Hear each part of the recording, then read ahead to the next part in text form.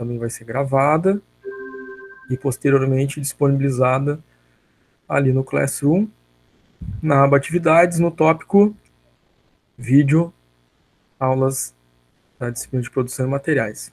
Os slides utilizados na aula também são disponibilizados, né, para vocês ali na aba Atividades também, no tópico Slides, disciplina de Produção e Materiais. Tá?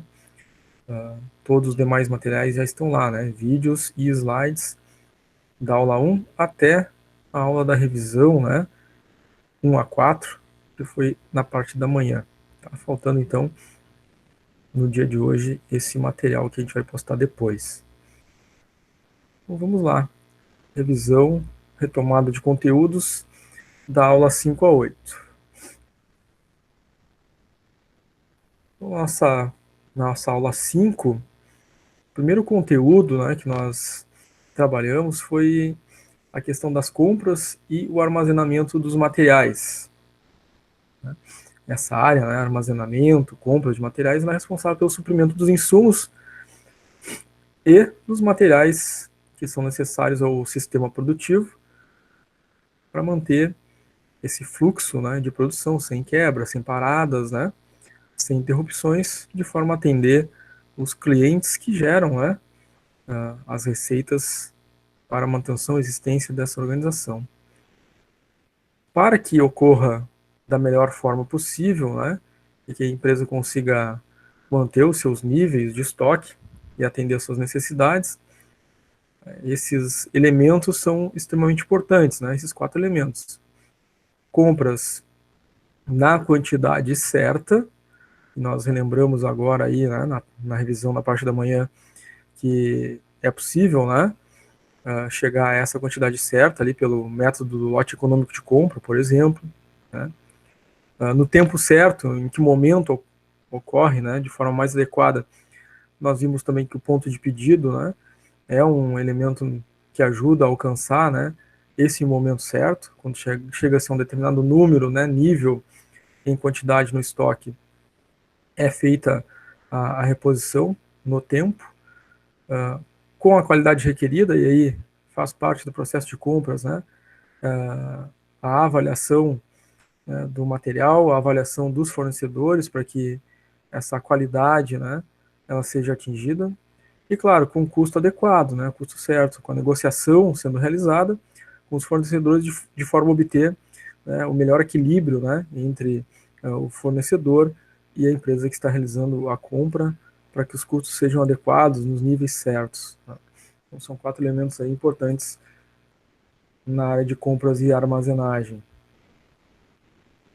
Em termos de compras, nós temos 3 tipos usuais, né, ou de classificação da compra de acordo com a sua origem, né, e o reflexo que ela pode ocasionar no processo de suprimento, no processo de produção mesmo. Tá? A gente tem a compra planejada, a compra de urgência e a compra de emergência. Então, como nós somos da área de administração e gestão, a gente sabe que não existe gestão, né, sem planejamento, não existe administração sem planejamento. Então, por óbvio, né, o tipo mais adequado de compra é a compra planejada, significando que aí houve planejamento, que houve gestão, houve administração, houve então um pensamento, né, idealizado para atingimento dos objetivos, utilizando-se, né, dos melhores modelos de decisão, de escolha, né, de sistemas para isso. Então, a compra planejada é resultado de um planejamento das necessidades dos materiais. E, certamente, né, a partir disso, ela vai facilitar, promover, né, um planejamento de compra, de produção, né, em termos de qualidade e custos, para atender o sistema produtivo da forma mais adequada, mais eficiente e eficaz. Portanto, a compra planejada é o perfil de compra que é buscada, perseguida para a otimização de qualquer processo de compra. Os outros 2 tipos, né, refletem algum tipo de problema, situação fora do planejado, né? Ou seja, não é o ideal, né? Houve algum tipo de situação de falha, erro de gestão, né? em algum momento. Então, a compra de urgência é resultado da falta ou falha na elaboração do planejamento das necessidades. Então, quando ocorre essa falta, essa falha, né, a gente teve um registro, né, inadequado, um processo de inventário que não foi bem realizado, cadastro dos materiais, também pode ter ocorrido alguma falha no processo interno, né, almoxerifado, gestão das matérias-primas, algum registro também que possa não ter sido realizado, gerando aí essa falta de material. Então, a gente sabe, né, que a acurácia de estoque, o ideal dela é de 100%. No entanto, se, né, alguém, né, cometer alguma falha de cadastro, de registro, né, vai gerar uma disparidade entre aquilo que tem no sistema e aquilo que tem, de fato, fisicamente, dentro do estoque de matéria-prima. A gente sabe que o planejamento de materiais vai realizar esse planejamento olhando, né, aquilo que tem no sistema, verificando o nível de pedidos, verificando se tem o material necessário no estoque para atender aqueles pedidos, vai gerar a compra daquilo que falta, da diferença. Mas se de fato fisicamente, né, tiver menos do que está no sistema, vai ter aí um problema, né? Vai ter uma compra a menos, né, e vai faltar material. E aí isso gera o quê? Uma compra de urgência, uma falta, uma falha, né, ou de planejamento, ou de gestão. Isso vai gerar, então, eventualmente, né, um custo mais elevado, problema de prazos de entrega, né? Então gera uma série de efeitos, reflexos negativos.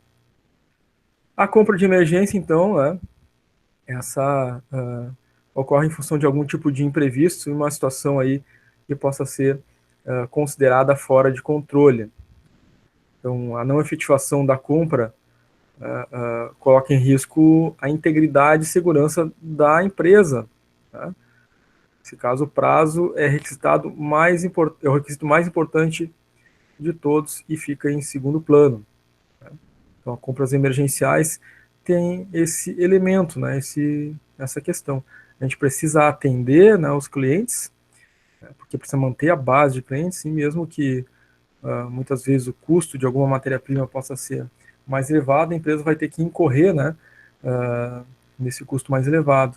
Então, digamos que a empresa tem a prática, né, de realizar suas compras planejadas com antecedência, né, importa os materiais, né, lá de outro continente, vem de navio, demora 2, 3 meses para chegar, um container cheio, e aí houve uma falha, um problema, e ela precisa atender os clientes, não pode esperar 3 meses para o material chegar. Ela vai ter que pagar um transporte, né, um modal aeroviário, né, elevando sobremaneira esses custos. São as compras emergenciais. Então, se quer evitar as duas últimas, né, as compras emergenciais e as de urgência. O que se quer, né, em termos de compras, é a compra planejada.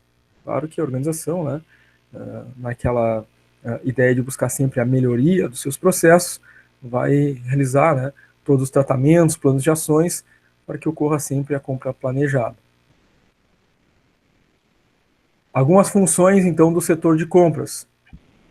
Desenvolvimento da cadeia de suprimentos, então, é função do setor de compras, né, desenvolver fornecedores, por exemplo, né, mesmo que a empresa já tenha, né, alguns fornecedores que, enfim, atendem às suas necessidades, ela precisa também, né, desenvolver um ou outro fornecedor, né, para que na falta, né, na falha, no problema de algum deles, fornecedores já ativos, ela tenha algum em desenvolvimento ou já desenvolvido para suprir essa diferença. Obviamente, o desenvolvimento de fornecedores também melhora, em algum aspecto, o suprimento dos materiais com relação a custos, a qualidade, né? Se nós temos algum fornecedor que possa estar atendendo a empresa já há muito tempo, mas começa a elevar os custos, né, com aquele fornecedor, eu preciso desenvolver um outro, né, que atenda da mesma forma, com custos menores. Então, é uma constante do setor de compras, né, realizar desenvolvimento de fornecedores. Caso não o realize, né, pode sofrer, né, os efeitos negativos de não estar realizando essa função. Né? Não estou desenvolvendo fornecedores, aí um fornecedor descontinua. ou um fornecedor, né, faz um aumento de 30%, né, nos seus preços. Né, isso vai impactar a empresa de forma negativa. Se eu tenho outros fornecedores desenvolvidos, né, eu posso minimizar esse impacto. Se não tenho, né, se não realizei essa função, né, teremos um problema grave para a empresa. Outra função do setor de compras, negociar preço e condições de pagamento. Isso é um elemento importante, é claro, né? O preço impacta nos custos, né, na realização do produto, nos custos internos, nos custos diretos e indiretos no processo de fabricação. E as condições de pagamento, né, podem facilitar um fluxo de caixa, um giro da empresa em melhores condições, né? Claro que se a empresa paga tudo à vista, por exemplo, né, ela vai ter uma redução de recursos de curto prazo aí, que podem trazer um impacto significativo, né, para cumprir com as obrigações de curto prazo com terceiros, né? Então, a negociação das condições de pagamento é muito importante. Faz com que a área de compras tenha uma conexão direta, né, com a área financeira da organização, tá? Tanto pela negociação de preço quanto pelas condições de pagamento também negociadas. O chamado follow-up, né, o acompanhamento do processo, faz parte, é função do setor de compras. Então, colocou o pedido junto ao fornecedor, né, tem que se fazer o acompanhamento do andamento desse pedido. O prazo, né, por exemplo, né, é um dos elementos a serem acompanhados nesse pedido. Então, foi feito um pedido a um fornecedor com prazo de entrega para 20 dias, e se a gente não realiza, né, o acompanhamento, se o setor de compras não realiza essa função, pode acontecer de chegar daqui a 20 dias e o fornecedor, né, não realizar a entrega, a empresa vai entrar em contato, a área de compras vai entrar em contato, e o fornecedor pode dizer, olha, infelizmente, eu não consegui produzir porque eu tive um problema nas máquinas, ou tive uma greve dos funcionários, ou tive um fornecedor meu que não me atendeu, não consegui fazer o teu produto, o teu processo, e aí a gente sofre né, um delay significativo aí no processo produtivo com perdas bem significativas. Então, o acompanhamento de processo previne essas situações, né? Ou seja, né, tem lá o pedido colocado, o nome do fornecedor, os dados dele, o que foi solicitado, quantidade, dados e tudo. Né? Daqui a 5 dias, né, como está o andamento, está em processo, quantos por cento já produziu, né? O fornecedor vai dando esses feedbacks, já produzimos 20%, já produzimos 30%. Chegou lá no dia 10, a metade do período, né? Olha como é que está, já estamos em 60%, bom sinal, na metade do tempo já está além da metade. E aí consegue fazer esse acompanhamento, verificando, né, os estágios e o passo a passo da entrega da matéria-prima. Em qualquer fase dessas, em qualquer momento desses, né, acontecendo algum problema, o setor de compras ainda tem alguma ação para realizar, espaço para movimentação, para conseguir lidar, então, com o atendimento necessário à produção. Então, é fundamental, né, também o acompanhamento do processo. E o recebimento de materiais, né, faz parte da função do setor de compras, tá? Eventualmente, nas empresas, né, a área de recebimento fica próxima ao almoxarifado, e às vezes até dentro mesmo do setor de almoxarifado, mas ela tem uma ligação direta, né, com o setor de compras, tá, pelo recebimento de materiais.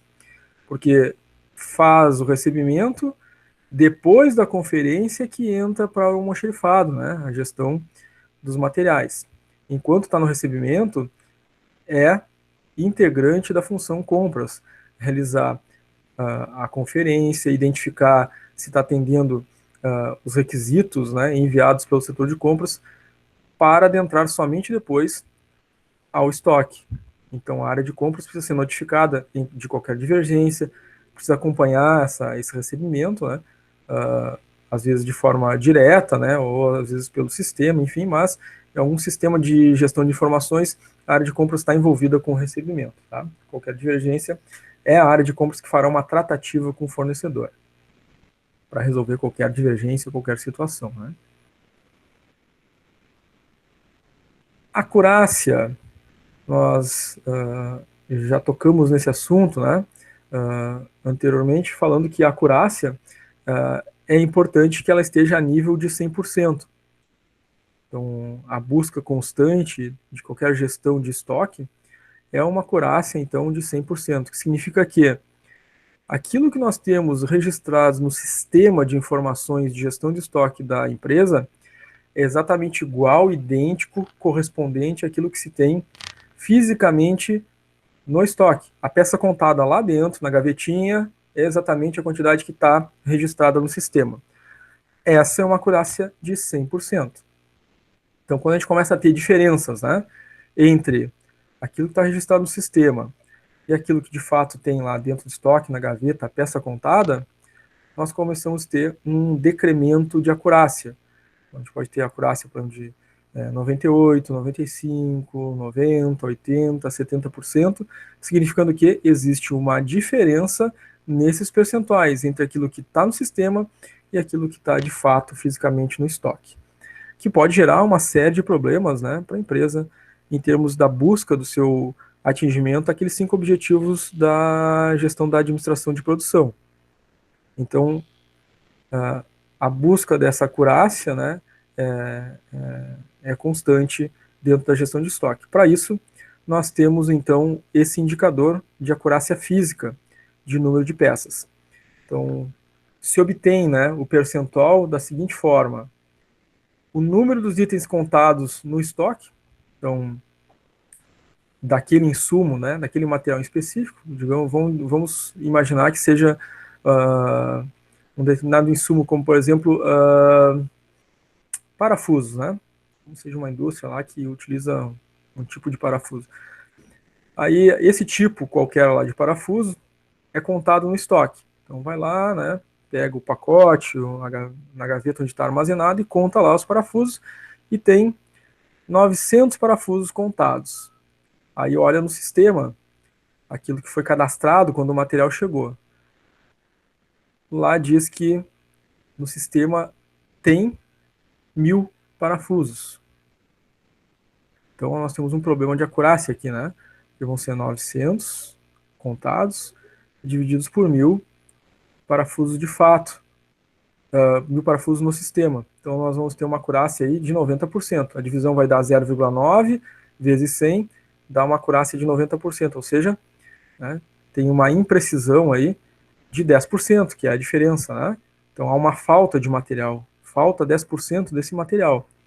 E esses 10%, claro, vão causar impacto, né, no processo produtivo em algum momento, com atraso de matéria-prima, falta de material, enfim, gerando talvez uma compra emergencial, né, com custos relacionados, né, a esse tipo de compra. Tá? Uma série de problemas aí relacionados a essa falta de acurácia física. Então, a realização de inventários, né, tem essa importância, fazer a contagem do material e verificar a sua relação, né, com o que está registrado no sistema, mas nós temos também um outro impacto, né, esses que vão impactar o processo produtivo e estão relacionados ao aumento de custos na acurácia física, mas nós temos também a acurácia financeira, que traz um outro lado, né, da falta de acurácia, que é o prejuízo financeiro gerado, né, pela falta dos materiais, pelos erros cometidos. Tá? Nesse sentido, todo o material que é adquirido pela empresa, ele tem um custo, né? E esse custo representa um valor financeiro desse material no estoque. Então, se eu tenho uma divergência entre aquilo que está listado no sistema e aquilo que de fato está contado no estoque, eu tenho uma perda percentual financeira correspondente. Então, a acurácia financeira vai ser o valor financeiro dos itens que foram contados. Então, vamos imaginar aí de novo, né? Os mesmos parafusos, 900 parafusos foram contados. Mas esses parafusos, eles têm um valor. Digamos que o parafuso é um parafuso caro, tá? Pagou R$1 por cada parafuso. Então, R$1 vezes 900 parafusos são R$900. Então, o valor financeiro dos itens contados dos parafusos é R$900. No sistema estava listado que deveria haver, né, 1000 parafusos, ou seja, R$1 cada um, são R$1.000. Então, R$900 divididos por R$1.000, 0,9 vezes 100, 90% de acurácia, ou seja, uma perda de 10% das finanças. Então, há uma perda aí de 90, melhor dizendo, uma perda de 10%, né, que é a diferença, então, dos 900 para os R$ 1.000, né? Uma perda de R$ 100 somente num item, né? Imaginemos aí que algum estoque de algumas empresas aí tem para mais de 10 mil itens, né? As perdas, né, relacionadas a cada um deles podem causar impactos aí até milionários, né, de perda em estoque, que é grave e faz com que as empresas tenham, né, uma meta bem elevada, né, para a acurácia dos seus estoques, tá? Então, muitas empresas aí têm uma meta de acurácia de 99 a 100%, né, de 98,5% a 100%, né? Então, não admitindo, né, perdas maiores do que isso, né? Então, perdas, às vezes, de 90%, uma acurácia de 10%, né, vai ser um problema, né, de uma empresa que praticamente está falida, né?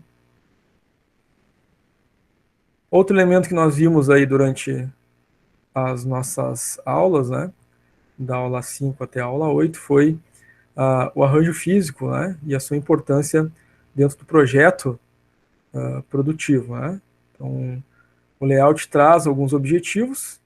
Um deles é auxiliar o projeto de implantação de unidades produtivas,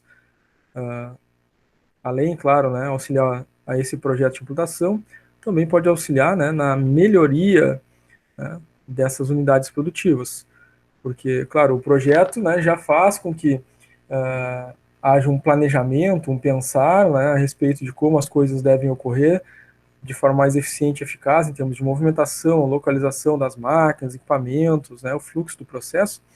Isso já faz com que a empresa comece, né, com planejamento. Mas a empresa pode trazer alterações, né, e melhorias ao projeto original. Então a gente pode ter um relayout, né, uma reorganização dos espaços, por diversos motivos, né? Então, por exemplo, uma implantação de uma nova linha de produto já vai exigir, né, um relayout da empresa, tá? Ele existe para reduzir o transporte e movimentação, que, né, são perdas, né, a serem consideradas no processo. Então, um deslocamento de material, né, movimentação de material dentro do layout organizacional, né, a depender do quanto tempo se perde movimentando, né, pode representar aí uma perda de produtividade significativa e, portanto, né, um impacto nos ganhos, né, um aumento de custos aí por movimentação, tá? Por isso é importante esse estudo do melhor, né, fluxo de movimentação no layout.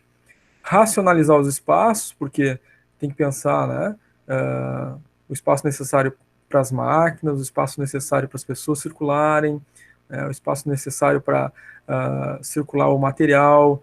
Às vezes é necessário circular com máquinas de transporte dentro da área produtiva, e todos esses espaços devem ser racionalizados. Inclusive pensar nas aberturas, né, em termos de entrada e saída, né, tanto na questão de emergência, claro, né, mas na hora de entrar e sair máquinas, né, na hora de retirar equipamentos, colocar equipamentos dentro do processo produtivo também.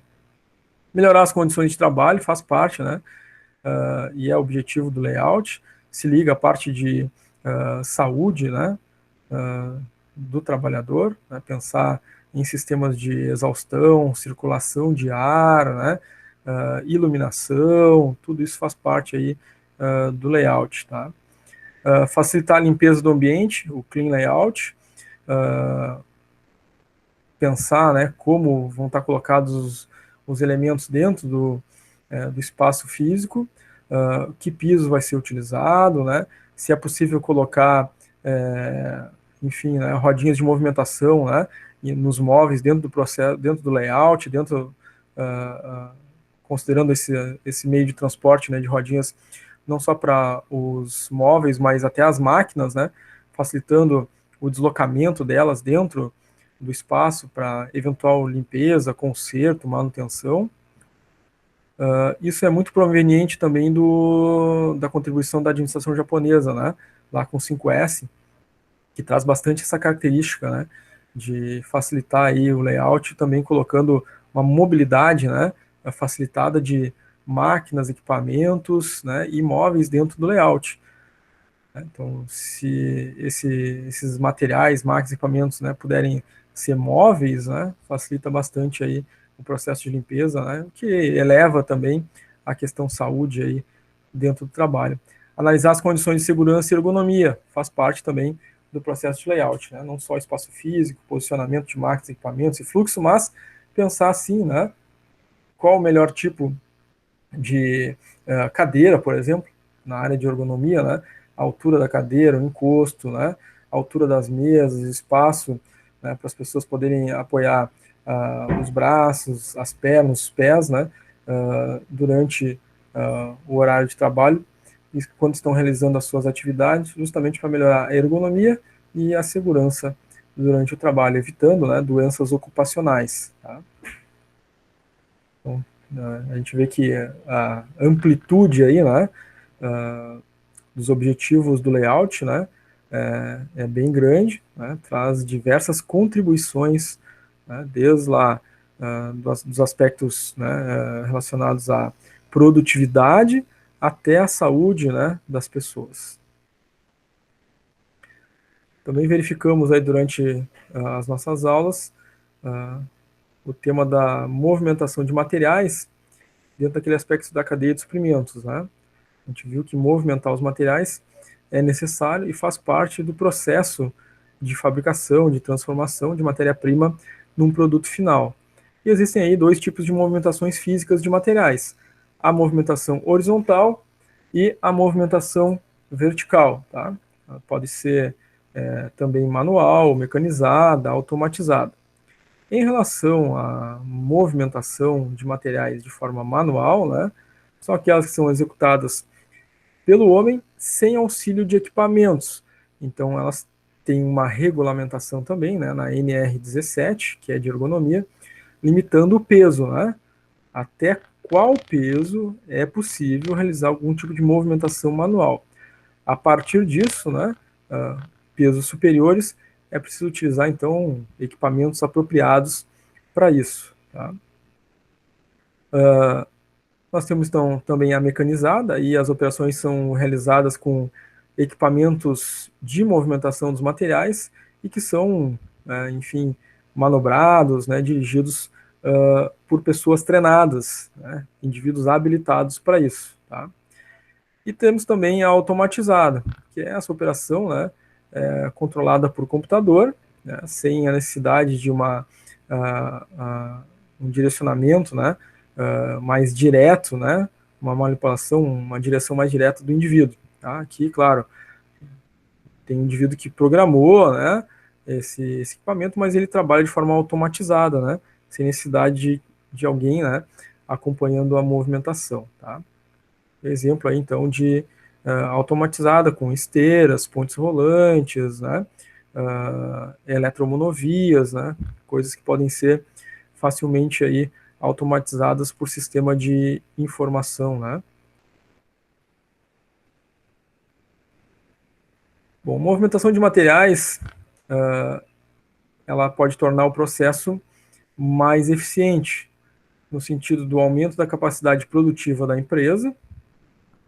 Então, se essa movimentação de materiais for realmente, né, eficiente, eficaz, vai haver aí, né, um aumento da capacidade competitiva dessa empresa no mercado, porque se tornando mais produtiva, né, ela consegue entregar com menos custos e ser, então, né, uma empresa que consegue ampliar o seu mercado com melhores preços, melhores prazos, né, atendendo às necessidades dos clientes.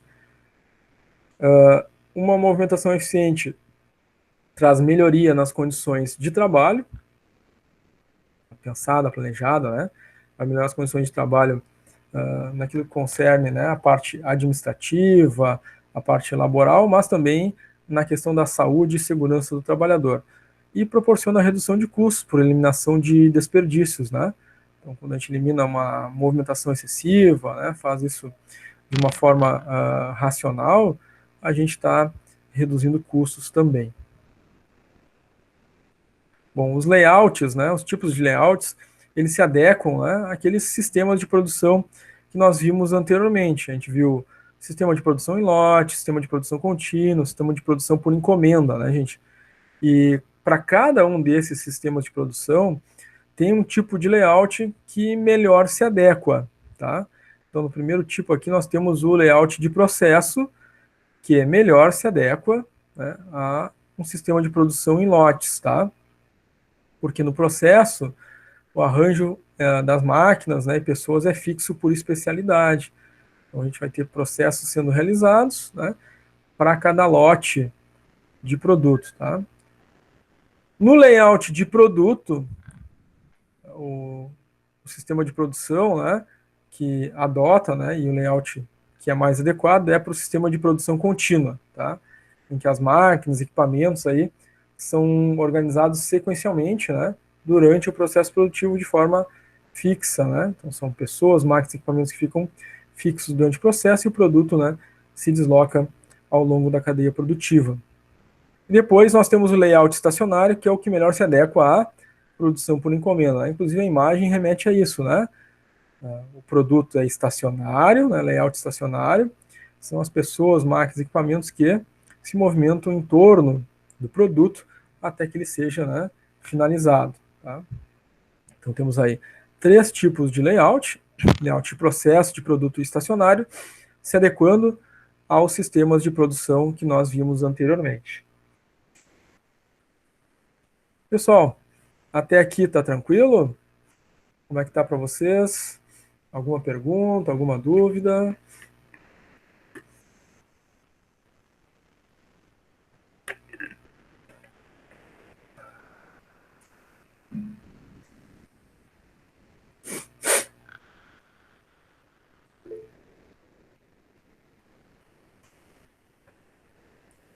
Fernanda colocou bem tranquilo, a Ana também colocou ali bem tranquilo, o Juan também colocou no chat ali tranquilo, Patrícia também colocou tranquilo, a Sara mandou um tudo certo ali também, Thiago mandou um tudo ok, o Adriano mandou um tranquilo ali no chat.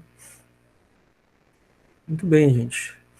Estando tranquilo para vocês, a gente segue adiante, tá? Sempre lembrando que em qualquer momento, né, da aula, vocês podem mandar uma dúvida, alguma pergunta pelo chat, né?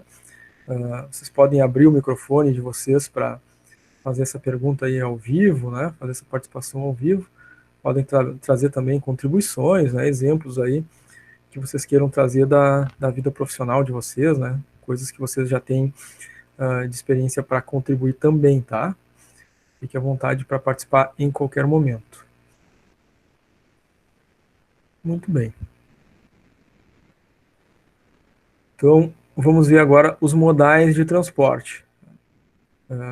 Transporte é a movimentação de alguma coisa de um lugar para o outro, né? Isso é claro, né? E é claro também, né, que, como a gente fala, né, produção, né, não significa, né, necessariamente, né, a produção de um bem, mas pode ser a produção de um serviço também, né, como nós vimos já desde o início. Esse transporte, ele também pode significar não só a movimentação de alguma coisa de um lugar para o outro, né, mas de pessoas, né, também de um lugar para o outro. A empresa que presta um serviço, né, de deslocamento dos seus clientes, né, ela também está fazendo um transporte. Então esse conceito, né, de que a movimentação de alguma coisa de algum lugar para o outro, né, significa também de alguma pessoa, de algum indivíduo, de algum paciente, né, de um lugar para o outro, por exemplo, tá? Então a gente pode entender aí que transporte, né, como um meio utilizado pelas empresas para levar o seu produto ao mercado consumidor, ou então deslocamento do seu consumidor a partir da prestação de um serviço, tá? Também significa transporte. Então, em termos de cargas, né, aí mais especificamente a movimentação de alguma coisa, né, seja do produto, seja da matéria-prima, né, temos algumas modalidades de transporte de cargas, tá? Os mais usuais, né, os modais de transporte, de movimentação mais usuais, são o transporte rodoviário, ferroviário, marítimo ou fluvial, o aéreo, né, ou aéreo viário, né, e o transporte intermodal. No Brasil, o mais utilizado, o mais usual é o transporte rodoviário, né? Vocês vão lembrar que nessa aula, quando a gente falou de modal de transporte, quando falamos do transporte rodoviário, a gente falou dessa questão, né, do porquê no Brasil, né, ele é o mais utilizado, né? Foi uma decisão estratégica, né, lá da década de 50 ainda, né, quando o Brasil estava iniciando o seu processo de desenvolvimento, criando, né, as estatais, foi criada a Petrobras, né, e uma visão que se teve na época foi que, ao estimular o transporte rodoviário, né, por consequência, o consumo de combustível também seria estimulado e, portanto, né, a estatal que estava sendo criada, né, a Petrobras, seria beneficiada, né, por esse modal. Claro que, né, passaram-se as décadas, né, no final das contas, né, a produção de petróleo no Brasil, né, nunca foi autossuficiente e a gente acabou ficando, né, sob a influência da alteração do preço dessa commodity, né, no mercado internacional. Então, quando há variação, né, do preço do petróleo no mundo, isso impacta também os custos de transporte internos dentro do nosso país. E como esse transporte, né, é um percentual bem elevado no modo rodoviário, no modal rodoviário, né, ele tem um grande custo. Tá? É uma característica do transporte rodoviário aqui no Brasil, custo elevado. Tá? No entanto, ele tem uma grande flexibilidade, porque em termos de acesso, né, a diferentes regiões do país, né, nós temos um desenvolvimento de malha rodoviária muito grande. Ele permite um volume de carga pequeno e um prazo de entrega reduzido. Já o transporte ferroviário, né, ele traz, embora pouca flexibilidade, porque não tem muito acesso a muitas regiões, né, foi pouco desenvolvido no Brasil, mas o custo dele é reduzido, né, é barato, né, realizar esse tipo de transporte ferroviário, pelo custo, enfim, né, do combustível, da forma como ele é feito, tá? Claro que em outros países, né, isso foi melhor desenvolvido, né, então, em países, né, europeus, né, Rússia, por exemplo, aqui para citar, né, mais para o ocidente aqui, Estados Unidos tiveram um desenvolvimento da malha ferroviária, né, desde aí da década de 30, 40, 50, né, de forma a conseguir ter uma flexibilidade muito grande, né, em malha ferroviária e a custo reduzido, o que gera, né, uma capacidade competitiva desses países, né, com redução dos custos em transporte bem significativa. Tá?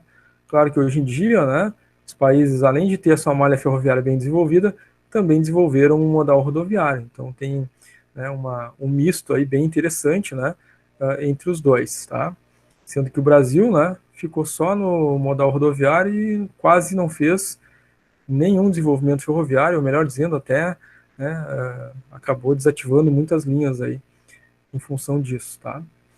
O ferroviário permite grandes volumes de carga, né, e o prazo de entrega, no entanto, ele é elevado, pela característica de velocidade, né, desse tipo de transporte.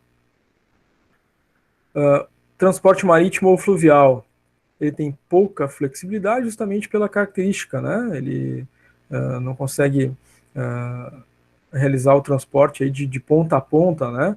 Do fornecedor até o cliente final. Em geral, o transporte marítimo, né? Ele tem que ser conectado, né? Por um outro modal, né? Então, chega no porto, depois vai ser escoado pelo modal ferroviário, pelo modal rodoviário, né? De alguma outra forma, né? Então, ele é pouco flexível nesse sentido. No entanto, o custo dele é reduzido, né? Combustível, lá, o querosene utilizado nos navios, né? É muito barato, né? No entanto, aqui, né? Em termos de carga, né? Ele apresenta um perfil bem interessante, porque nos navios pode-se, enfim, transportar uma quantidade muito grande de containers, né? No entanto, o prazo de entrega tende a ser elevado, tá? Em geral aí, né? Compra lá da Ásia, né? Matérias-primas, né? Com container fechado aí leva de navio aí, né? 2 a 3 meses às vezes para chegar até o Brasil, né? Transporte aéreo, esse tem pouca flexibilidade em função das limitações de carga, né? Não só em termos de volume, né, de carga, mas também características, né, às vezes produtos químicos, né, líquidos, algum tipo de produto eletroeletrônico, né, não, explosivos, né, alguma coisa que possa ter algum tipo de combustão, né, não é permitido pelo transporte aéreo, então diminui aí a flexibilidade desse tipo de transporte. O custo dele é o mais elevado, é o mais caro, pelo preço do combustível, né, utilizado nas aeronaves. Ele suporta cargas só de menor peso, né? Isso, estamos falando do transporte aéreo comercial aí, né? Ou de cargas, né, relacionadas à indústria, comercialização, né? Nós não estamos falando aqui de transporte aéreo militar, né? E tem aviões com capacidade aí para transportar tanques de guerra, inclusive, né? Não é isso, né? O transporte aéreo aqui que se coloca é esse transporte comercial, tá? Esse suporta cargas de menor peso. No entanto, o prazo de entrega é muito reduzido, o que faz com que, em questões emergenciais, né, as empresas possam lançar mão aí desse tipo de transporte aéreo, né? Tá? Pela questão do prazo reduzido. O transporte intermodal é, então, a combinação, né, de diferentes modais para que a empresa tenha, né, o seu produto, né, adquirido no seu fornecedor, colocado na sua empresa, ou então até mesmo, né, o envio do produto final acabado para o seu cliente final também, né. Então temos aí os modais de transporte mais comuns, mais utilizados. Só para citar um diferente aí, porque vocês podem se deparar, né, com outros modais aí na bibliografia, estudando em outros livros, pesquisando, vocês vão encontrar aí, em alguns autores, outras classificações de modais. Esses aqui são os mais usuais, né? Mas existem outros aí que podem aparecer, tá? Entre eles, por exemplo, né, vocês podem se deparar com algum autor aí falando em modal dutoviário, né? É o transporte de líquidos e gases, né? Exemplo disso que a gente tem, né, aqui no Rio Grande do Sul, é o transporte do gás natural, né, que vem da Argentina, Uruguai ali, por meio de dutos, né. Tá?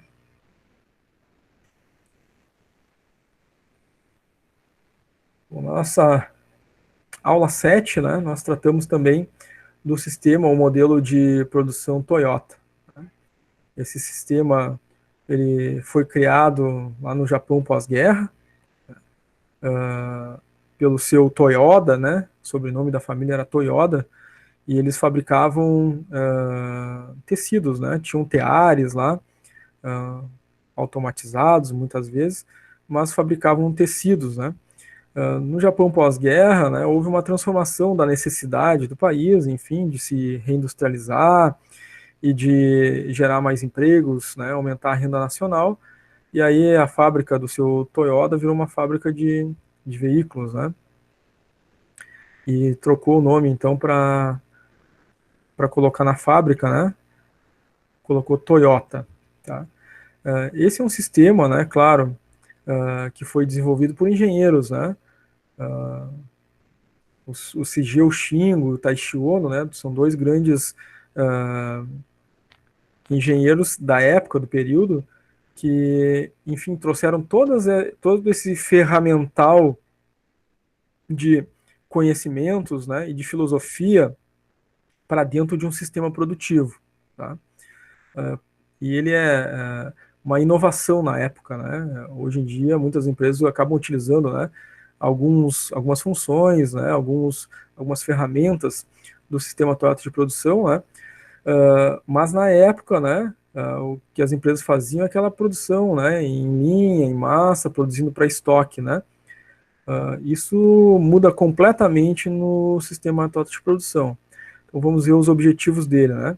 Produção sem estoque. Isso já é um ponto, né, de grande diferença já no período, né? As empresas tinham, né, um grande volume, né, de estoques, de matéria-prima, de, né, produto, né, semi-acabados dentro do processo produtivo, de produto acabado, para depois fazer um esforço de venda, né? O sistema atual de produção muda essa perspectiva, né, buscando uma produção sem ter estoque no processo produtivo, justamente para minimizar os gastos em matéria-prima, né, e em material parado em estoque sem necessidade.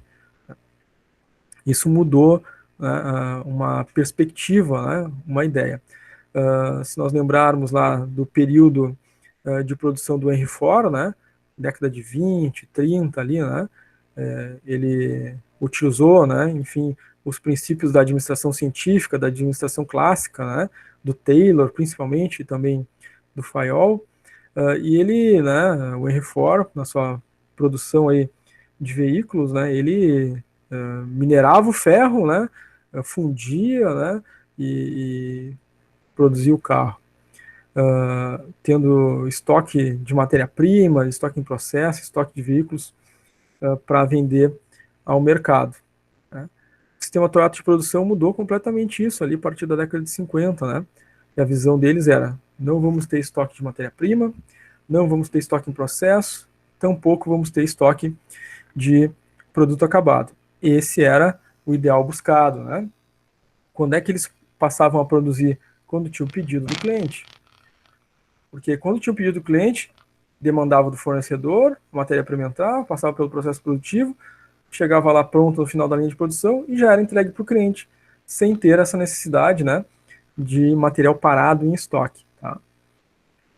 A busca da eliminação dos desperdícios, né, que são 7 dentro do sistema Toyota de produção, ela busca eliminar aqueles desperdícios justamente para otimizar o processo, né, dentro daquela característica, né, de agregação de valor. A gente mantém aquilo que agrega valor e busca eliminar aquelas coisas que não agregam valor ao processo. Tá?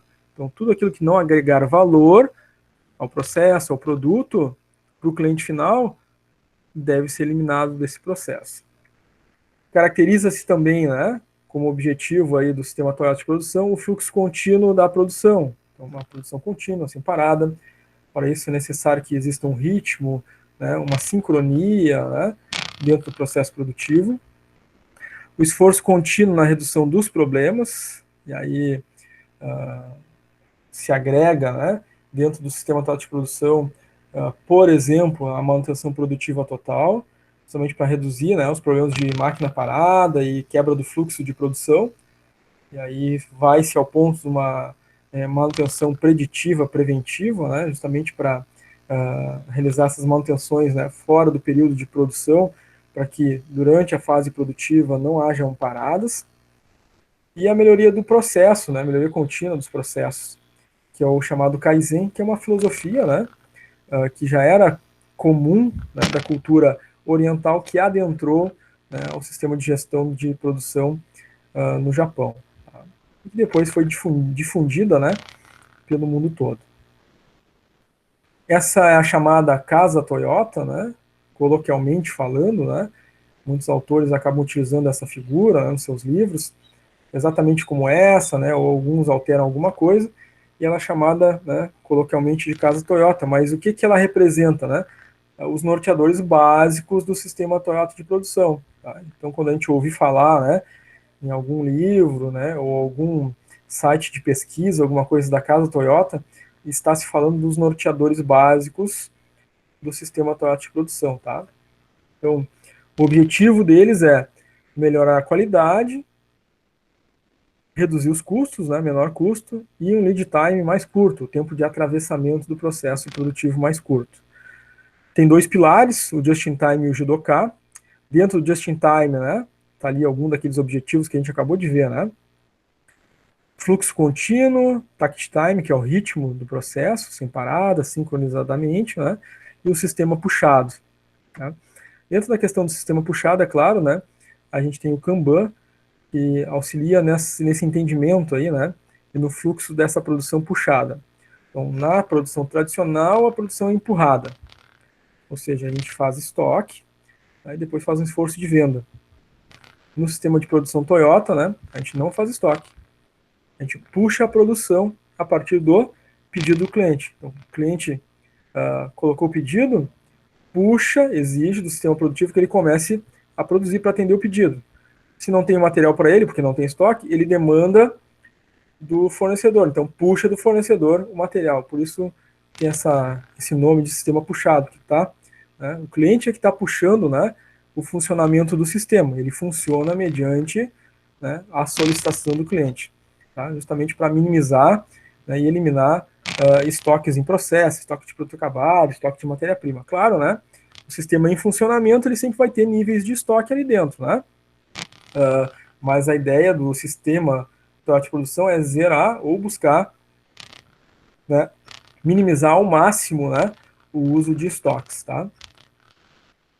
Nós temos também o chamado Jidoka, esse se liga bastante, né, à valorização do indivíduo, da pessoa dentro do sistema de produção Toyota, em vários aspectos, tá? Um deles é autonomia, autogestão, qualificação, treinamento, desenvolvimento das pessoas, porque são elas que detêm o conhecimento dentro do processo e que podem contribuir com criatividade, com melhorias, né?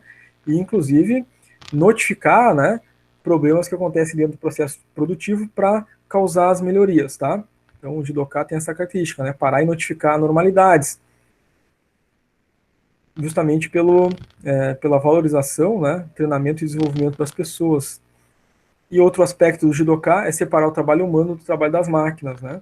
Justamente nesse sentido, porque as máquinas, né, elas realizam a produção, a produtividade, mas são as pessoas, né, que vão operar esses equipamentos, que vão gerar, de fato, né, a produtividade e o ganho que pode ser obtido através do processo. Dentro do Jidoka, é claro, né, quem é que vai fazer as melhorias, né, quem é que vai pensar essas melhorias, quem vai resolver os problemas do processo dentro dessa filosofia Kaizen, né, que faz parte do Jidoka, são as pessoas, né? Então, a melhoria contínua, inclusive, é uma filosofia que veio, né, do Japão muito anterior, né, da cultura japonesa muito anterior da década de 50, né, com aquelas filosofias orientais, né, fazem parte da região da Ásia ali, né, budismo, taoísmo, shintoísmo mais propriamente da região do Japão, né, enfim, uma filosofia de vida, de cultura oriental que era, né, se tornar sempre melhor, né, como indivíduo, melhor hoje do que ontem, né, melhor amanhã do que hoje, fazia parte, né, do desenvolvimento comportamental enquanto ser humano, o Kaizen, que foi levado para dentro das organizações para a melhoria dos processos. Então, tá aqui, né, essa figura representa bem, né, o Kanban, uma ferramenta aí do just-in-time, para puxar a produção, né? Então, nessa figura que a gente está vendo, na parte de cima, a gente tem o modelo tradicional, que é a produção empurrada. Então, a gente tem o fornecedor, aí o fornecedor entrega a matéria-prima, a gente tem, né, estoque de matéria-prima, a gente tem estoque, né, dentro do processo produtivo, aí a produção envia o produto pronto, aí tem estoque do produto pronto na expedição, e aí faz um esforço de vender, né, para o cliente, produção empurrada, né. Na produção puxada, olhando a figura, a gente já vai ver que não tem estoque, né, de produto acabado, não tem estoque em produção, não tem estoque de matéria-prima chegando do fornecedor. Por quê? Quando é que começa a produzir? O cliente fez o pedido, aí entra uma requisição de produção. A produção requisita a matéria-prima, aí o fornecedor entrega a matéria-prima que eu já preciso para produzir, então não vai ficar parado em estoque, já vai entrar em processo. Terminou o processo produtivo, não vai ficar em estoque de material acabado, né, ou de expedição de produto acabado.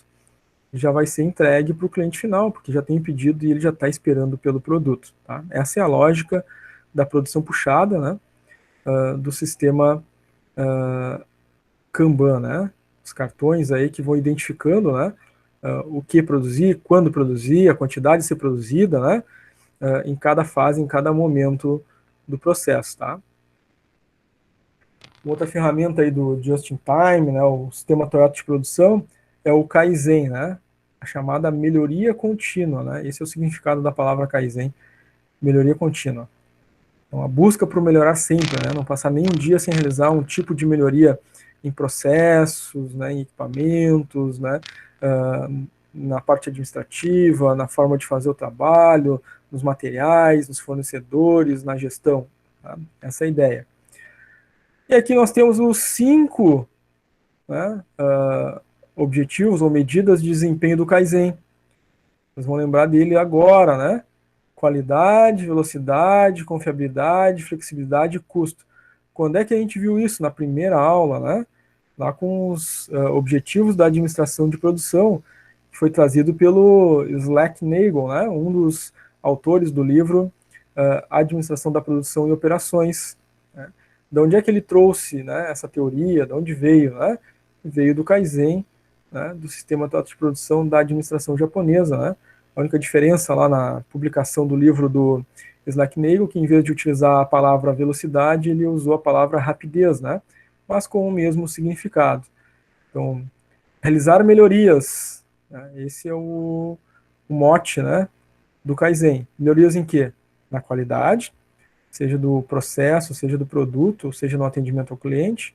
Rapidez no processo interno, na entrega da matéria-prima. Confiabilidade, né? Construção dessa confiabilidade e a melhoria da confiabilidade junto ao cliente. Flexibilidade do processo, capacidade de adaptabilidade, né? De customização do produto às necessidades do cliente. E redução dos custos, né? Ou controle dos custos, a fim de trazer o melhor retorno para a organização. Então, esses são 5 objetivos aí da melhoria contínua do sistema Kaizen. Que importante, gente, relembrar aqui essa questão da flexibilidade, né? Que também dentro do sistema Kaizen, da melhoria contínua, né? Também acabou sendo uma inovação para a época, porque quando o Henry Ford lá na produção empurrada, né, naquela teoria da administração científica, a administração clássica, ele produzia os seus veículos lá na América, né, nos Estados Unidos. O que ele fazia, né? Ele produzia os produtos quase sem customização, não era muito flexível o processo produtivo dele, né?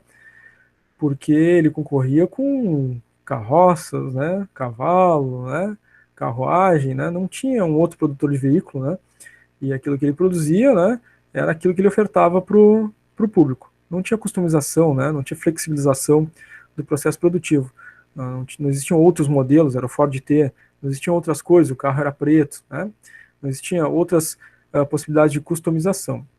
O sistema atual de produção trouxe também, né, não foi o único que trouxe, né, em termos de produtivos, essa questão, mas trouxe também essa questão da flexibilização dentro dessa característica, né, de ofertar ao mercado diferentes modelos de veículos com diferentes características e possibilidades de customização, tá? Então é um aspecto legal aí também dentro do Kaizen, naquilo que condiz com a flexibilidade. Bom, nós falamos que é importante, né, é o objetivo do sistema atual de produção eliminar as perdas, os desperdícios, tá? Então, esse sistema busca analisar as 7 perdas da produção para eliminar cada uma delas, tá? Então, no sistema atual de produção são analisadas, então, 7 perdas.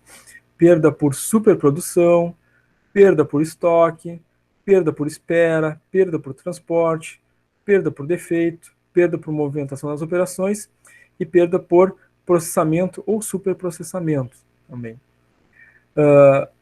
Cada uma dessas perdas, né, são elementos que não agregam valor ao processo, ao produto, ao cliente final. Por isso, devem ser eliminados. Tá? Superprodução. Produzia mais do que o necessário. Né? Gera estoque, dinheiro parado em estoque. Né? Não condiz com a filosofia Kanban, né? Com o sistema puxado e, portanto, não agrega valor. Deve eliminar. Né? Produzir somente quando tem pedido. Perda por estoque, né? Ter estoque de matéria-prima, estoque de produto em processo, estoque de produto acabado, sem necessidade, sem pedido do cliente, é limitar recursos. Né? Então, é uma perda, não agrega valor. Perda por espera. Né? Essas esperas podem acontecer, né, entre etapas de processo, por exemplo. Né? Então, tem um equipamento, né, eu tenho outro equipamento, um depende do outro na produção, e se eu tenho equipamento que está esperando, é porque o outro é mais lento. É o chamado gargalo de produção. Né? Então, se eu estou esperando o próximo, eu estou tendo uma perda, porque eu poderia estar produzindo, sendo produtivo, né, gerando receita para a empresa, e não estou Porque tem um desnivelamento, né? Aí entra aquela ferramenta do fact time, da equalização, né? Da sincronização do processo produtivo, justamente para eliminar, né, esses gargalos e essas paradas no processo, tá? Temos também as chamadas perdas por transporte, né? Essas perdas por transporte é o deslocamento, né, dos materiais, né, dos produtos durante a cadeia produtiva, tá? Eliminar todos os transportes, né, que não sejam necessários, né, e otimizar aqueles que sejam necessários para que sejam mais eficientes. Perdas por defeitos, seja defeito de matéria-prima, seja defeito em equipamentos, máquinas, para, né, tornar o processo mais eficiente e eficaz, né? Não agrega valor, né? Os defeitos de matéria-prima que chegam no processo produtivo, né? E tem que ser parado em etapas anteriores, né? Ou nem entrar na empresa, né? A perda por defeito em equipamento, né? Deve ser eliminado, né? Ou prevenido com a manutenção produtiva total. E o 6 também encarado como perda, né? Movimentações nas operações que sejam desnecessárias, né? As operações são a atividade, né, de montagem, de realização do produto, né, que possam exigir uma série de movimentos do operador, né, que podem ser melhor estudados, inclusive eliminados, né? O operador precisa fazer diversos movimentos para pegar ferramentas, pegar material, né, levantar, carregar caixa para realizar a sua operação, né? Isso pode ser melhor, né, pensado, né, e eliminar todo esse grande número de movimentos para que o operador, né, tenha menos desgaste, né, preserve a sua saúde, né, seja mais ergonômico, né, o processo de trabalho. Isso vai gerar o quê? Né, mais produtividade, né, mais saúde para o trabalhador, mais produtividade para a empresa, por consequência também. E o 7, né, processamento que seja desnecessário. De novo, né, que só se processa quando tem realmente pedido, né, do cliente. Quando está fazendo algum tipo de processamento também que está fora das especificações do cliente, né? Então, tem que saber o que o cliente entende por qualidade, o que o cliente deseja do produto, né? Para realizar os processamentos necessários. Aqueles processamentos que possam ser situações não demandadas pelo cliente podem ser também eliminados do processo, tá? Então, essas são as 7 perdas do sistema Toyota de produção. Então, resumidamente, o que é o sistema Toyota de produção? Então, o sistema Toyota de produção é uma filosofia de trabalho. A gente já viu, né, essa origem filosófica em vários aspectos. Ele é um sistema de puxar a produção. Então, ele é oposto àquela ótica tradicional, né, do sistema de produção empurrado, o sistema de puxar, ou seja, só produz quando tem necessidade, quando tem pedido do cliente, e o Kanban é uma ferramenta útil para isso. O que ele faz? Ataca as perdas, né? Nós acabamos de ver ali as 7 perdas do processo que devem ser eliminadas, né? Para alguns exemplos, né? Perda de tempo, estoque, refugo. Ele expõe os problemas e gargalos, justamente porque reduz os estoques, né? E os estoques, eles encobrem os problemas, né? Então, a máquina parou, né, e vai ficar ali um dia, 2 parado até que dê a manutenção. Tá? Aí a gente tem estoque mais alto justamente para prevenir esses problemas, né? Então, o estoque, ele mascara o problema, né? Se leva mais tempo para resolver, a empresa tem prejuízos e custos que estão relacionados a isso, né? Então, o sistema Toyota de produção, ele expõe o problema e os gargalos, ou seja, ao reduzir o estoque, né, vai aparecer, olha, o problema é a máquina que está quebrando, né, que está parando, né, tá ficando 2, 3 dias parado, a gente precisa fazer ações para resolver esse problema. Então, esse sistema, ele expõe os problemas e, claro, expõe os gargalos também, né, no sentido de que a produção não está sendo ótima porque tem máquina esperando, outra máquina que é mais lenta. O que a gente precisa fazer? Reconfigurar o equipamento, substituir aquele equipamento, para equalizar, ou seja, realizar o tact time, né, a sincronização do processo produtivo, porque o sistema Toyota de produção auxilia, né, expõe esses problemas e gargalos. A produção ela é simplificada em função, né, de todos essa eliminação de desperdícios da produção puxada. O que ele requer, né, o sistema Toyota de produção? A participação das pessoas e E existe também, claro, da empresa, né, um empenho em termos de desenvolvimento, né, treinamento e valorização do colaborador. Ela exige, é claro, né, planejamento, pensar uma engenharia de produção, uma gestão da produção. Ela requer a melhoria contínua para que o sistema funcione adequadamente, né, constantemente realizando melhorias, e o controle total de qualidade. Né, são os elementos que são requeridos, né, do sistema Toyota de produção. Pessoal, até aqui, como é que estamos? Dúvidas, perguntas sobre o sistema Toyota de produção, outros assuntos que tratamos aí?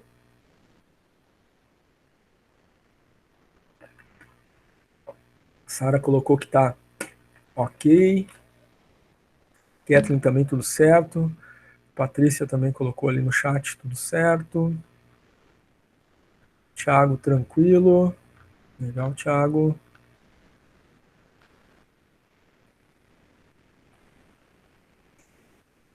O Juan colocou ok.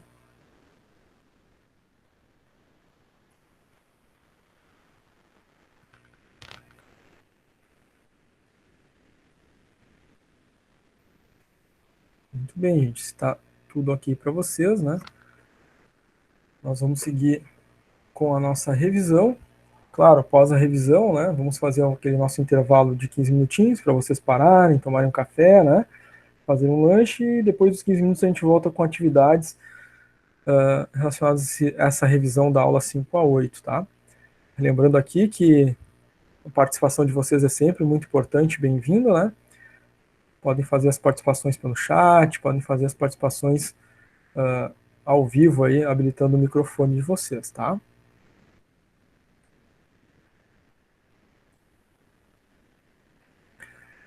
Vamos adelante. Então, na nossa aula de número 8, né, nós vimos o conteúdo da teoria das restrições, que agora nós vamos revisar aqui, relembrar. Então, o que resume, né? O princípio que resume a teoria das restrições é a busca pelo aumento da lucratividade, do ganho. Essa seria a meta central, fundamental da organização, segundo a teoria das restrições. Ela existe para isso, com essa finalidade, tá? Aumentar a lucratividade. Então, a teoria das restrições tem essa previsão de meta. De que forma, né? Uma gestão adequada da produção, ou seja, da restrição, buscando eliminar as restrições, minimizar as restrições do processo organizacional. Porque a TOC, a teoria das restrições, ela entende que, né, são elas as restrições que limitam o ganho. Se não houvessem restrições, para a teoria das restrições, os ganhos das empresas, da organização, seriam infinitos, ou quase infinitos, tenderiam ao infinito. Mas como tudo é restrito, né, em termos de recursos, né, a organização ela precisa trabalhar essas restrições justamente para aumentar a sua lucratividade. Então, todos os recursos são escassos, né? Existe escassez de mão de obra, escassez de tempo, de matéria-prima, de espaço físico, de recurso financeiro, de capacidade de gestão, capacidade intelectual, de conhecimento. Então, existem uma série de restrições que limitam a capacidade de ganho de lucratividade. E a teoria das restrições, ela ataca justamente esse ponto, as restrições. Superando as restrições, na visão da teoria das restrições, há um ganho financeiro, um aumento de lucratividade nas organizações. Então, existem dois tipos básicos de restrições, as restrições físicas e não físicas. Então, as restrições físicas estão relacionadas aí aos recursos, máquinas, equipamentos, veículos, instalações, sistemas. Então, de alguma forma, né, esses elementos causam essa limitação por capacidade física mesmo, né, de limitação física de fazer ou não fazer mais ou menos, restringindo o atingimento, né, de uma maior lucratividade. Nós temos as restrições não físicas também, né, podem ser por demanda por um produto, ou procedimento corporativo. Mas um bom exemplo aí de restrição não física, né, seria a capacidade, né, de inovação limitada, a capacidade de criatividade que seja limitada, o nível de conhecimento, né, dos indivíduos que compõem aquela organização também limitados. Né? E sempre vai existir algum tipo de limite. A gente alcança uma esfera, né, para conseguir alcançar a próxima precisa haver investimento, né, precisa haver empenho, desenvolvimento, treinamento. Sobretudo no que diz respeito, né, ao conhecimento. Né? Quando se amplia a capacidade de conhecimento do grupo de trabalhadores, né, o resultado que se pode obter, ele é aumentado. Portanto, quando a gente investe em treinamento, desenvolvimento, aperfeiçoamento, né, estudo, conhecimento das pessoas, a gente está eliminando uma restrição não física, ou seja, aumentando a capacidade de ganho de lucratividade de uma organização. Né? Essa é a visão aí da teoria das restrições. Essa teoria, né, ela foi formulada pelo Eliyahu Goldratt na década de 80 nos Estados Unidos, né, e se popularizou aí com o surgimento do livro A Meta, né, publicada pelo Goldratt, tá? Onde ele, no livro A Meta, coloca justamente, né, que o ponto-alvo das organizações é ganhar dinheiro, é obter lucro, é o que alimenta, né, a existência das organizações. E para obter o lucro, a empresa deve gerir, né, modificar a sua forma de realizar a produção totalmente, né, ou modificar ela em relação à gestão tradicional, em relação à ótica tradicional de produzir, tá, de pensar a organização. Então, na ótica tradicional, né, o que era posto? É necessário otimizar todas as partes da produção, era uma análise individual por partes, por departamento, por setor, por área, por produto, por célula, né? E o foco no aumento da eficiência local. Então, identificar lá uma determinada máquina, equipamento, departamento, processo, realizar uma otimização ali para otimizar aquele processo. Essa era a ótica tradicional. Tá? Na ótica da teoria das restrições, né, a ótica é o balanceamento da produção, uma visão da produção como um todo, balancear, otimizar o sistema por completo, para ter um melhor ganho. Tá?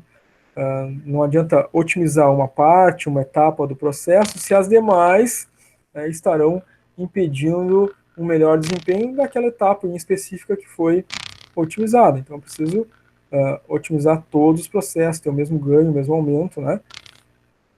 Em todas as áreas, departamentos, processos, produtos, né, equipamentos, áreas da empresa.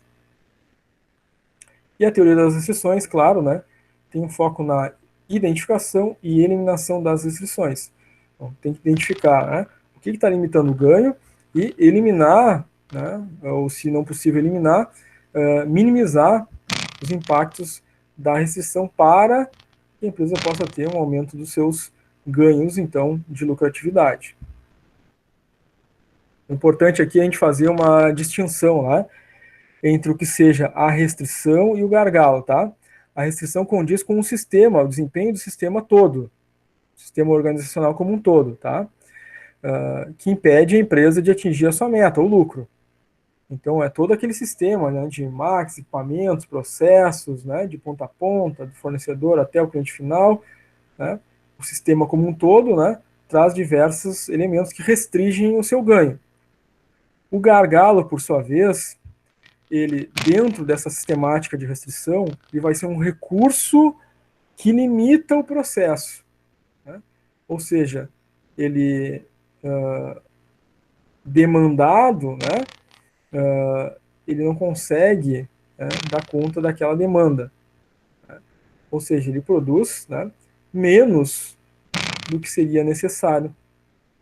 Então, a demanda ela vai ser ou igual àquilo que foi demandado, né, ou menor. Não consegue atender. Aí nós utilizamos aí, durante a nossa aula 8, né, o exemplo das 3 máquinas, né? Máquina 1, máquina 2 e máquina 3. Justamente nessa perspectiva, para identificar quem é o gargalo, né? No nosso exemplo, a gente tinha a máquina 1 que produzia 50 peças por hora, a máquina 2, 30 peças por hora, e a máquina 3, 40 peças por hora. quem é o gargalo, ou seja, quem limita o processo aí? Né? Qual o recurso que limita o processo? O recurso que limita o processo é a máquina 2, né?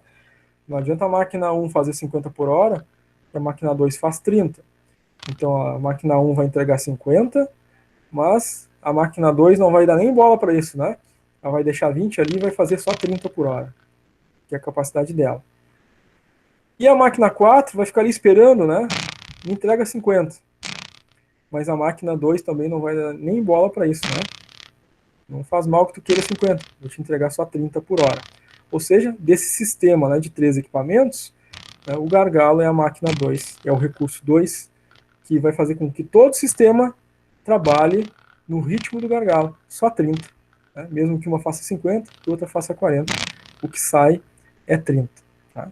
Então, trabalhar em cima do gargalo, né, é fazer com que aconteça uma equalização, né, uma sincronização do processo, a fim de que, né, esse gargalo tenha um aumento da sua capacidade e a gente tenha, né, portanto, um aumento do sistema como um todo. Tá? Então, a restrição de respeito ao sistema como um todo e o gargalo de respeito ao recurso que causa a limitação. A teoria das restrições, né, ela traz contribuições que vão para além, né, da análise do processo produtivo, né, do gargalo, da restrição, né, daquelas restrições físicas e não físicas. Né. Ela também trata da visão de custos, tá? Então, para a teoria das restrições, né, a contabilidade deve ser uma contabilidade de ganhos e não uma contabilidade de custos. Então, a teoria das restrições é mundo dos ganhos, contabilidade dos ganhos. A ótica tradicional, né, é contabilidade de custos, mundo de custos, tá? Então, na teoria das restrições, a meta da empresa é gerar lucro e não cortar custos. Então, cortar custos é uma visão da contabilidade de custos, a contabilidade tradicional, a visão tradicional, tá? Que causa, né, por si mesmo, né, uma restrição para a empresa. Se a empresa precisa cortar custos, né, como é que ela vai investir, ampliar a possibilidade de ganhos? Na teoria das restrições, não, né? A ótica é gerar lucro. Então, se tem um custo agregado à capacidade de gerar mais lucro, né? Esse custo ele é um custo bom. Né? Então, a gente não pensa em cortar o custo, mas em gerar o ganho. Né? Claro que existe um controle de custos, né? Existe, né, um planejamento de viabilidade, né, para verificar, né, se realmente existe esse ganho. Né? A teoria das restrições não vai, né, simplesmente fazer investimentos sem analisar os custos, né, mas vai se analisar que existem custos bons atrelados aos ganhos.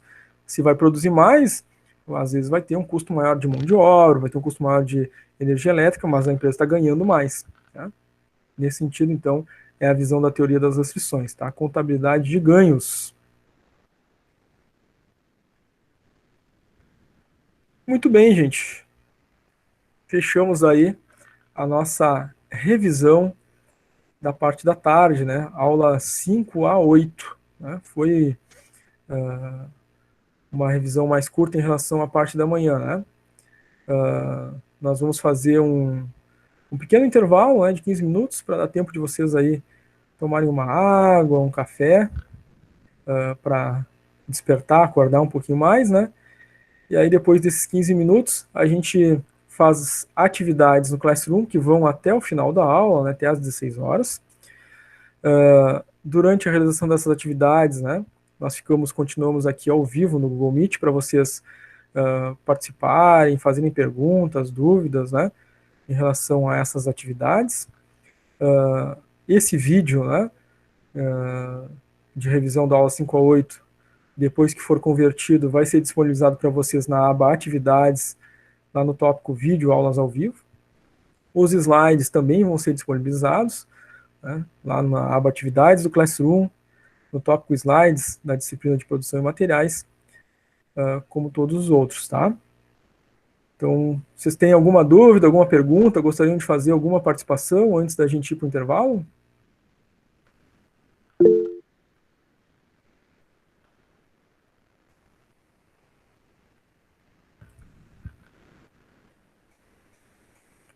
Fernanda mandou um tranquilo aí.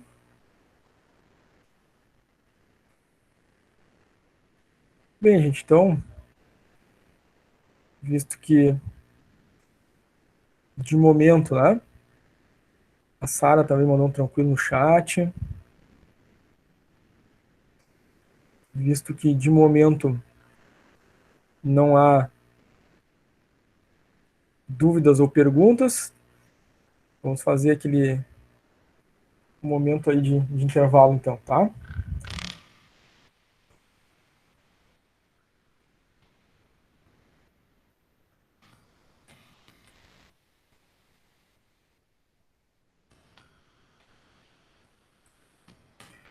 Retornar, então, 15 minutos. 14h43.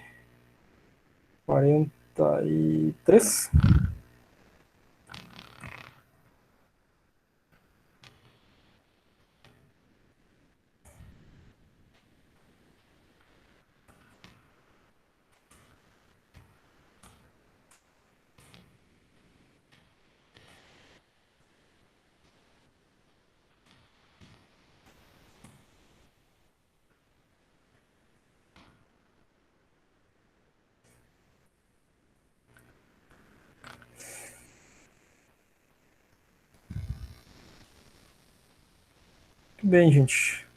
Até breve, então.